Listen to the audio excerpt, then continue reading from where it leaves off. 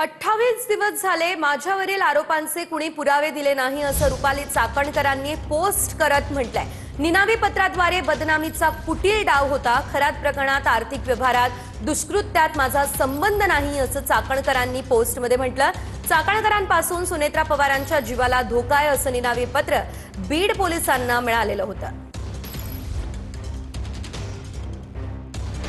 आज 28 दिवस होते। माझ्यावर आरोप हे फक्त बदनामी करण्यासाठी होत आहे। आरोप करणाऱ्यांनी पुरावे दिले नाही।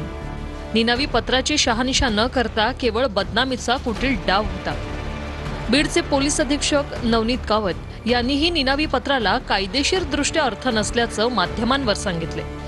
तरीही खोडसाळपणा करण्यासाठी हे पत्र कुणी लिहिलं याची चौकशी झालीच पाहिजे। खरात प्रकरणात कोणत्याही आर्थिक व्यवहारात, जमीन व्यवहारासह इतर कोणत्याही दुष्कृत्यात दुरान्वय संबंध नाही।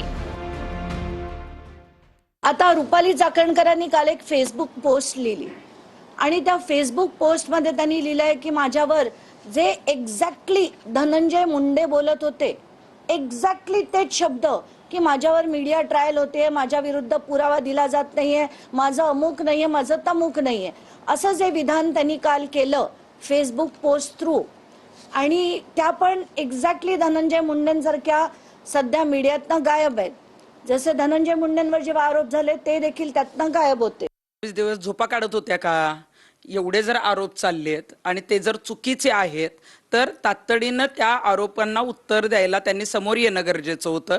त्यांनी त्यामध्ये त्यांचा जर कुठलाही संबंध नाहीये तर त्या संदर्भात पत्रकार परिषद घेऊन वारंवार त्याचा खुलासा करणं गरजेचं होतं। आता त्या म्हणतायत की कुठले पुरावे नाहीयेत।